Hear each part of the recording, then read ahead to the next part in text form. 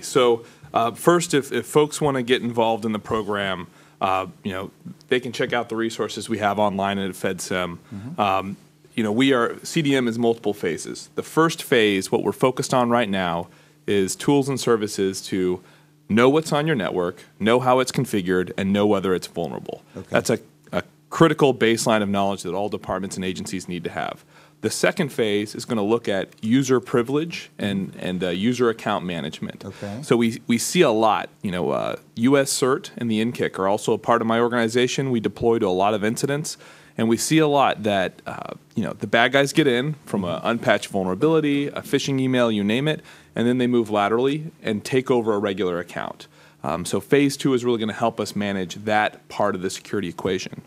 Phase 3 is going to look more to event management. Understanding what's going on, taking all the data that we're generating and being able to take more advantage of it.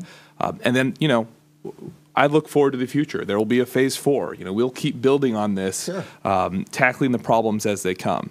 I do want to take a moment and actually just straight up brag for my organization. And it happened before I came on board for the most part, so it's not a personal brag, I promise. But in January 2014, we did this first purchase that Jeff just talked about.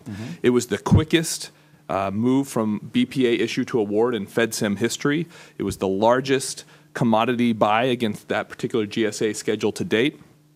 And we spent about $60 million and saved $26 million. Wow. So enormous, it was fast, it was cheap, and it saved the government a lot of money, plus it gave departments and agencies capabilities we needed.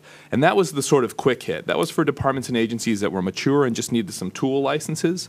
Now we're moving into the more holistic program where we have the dashboard combined with tools, combined with services, and we're going to have covered 99% of the government by the end of the fiscal year, so October 2015. Wow.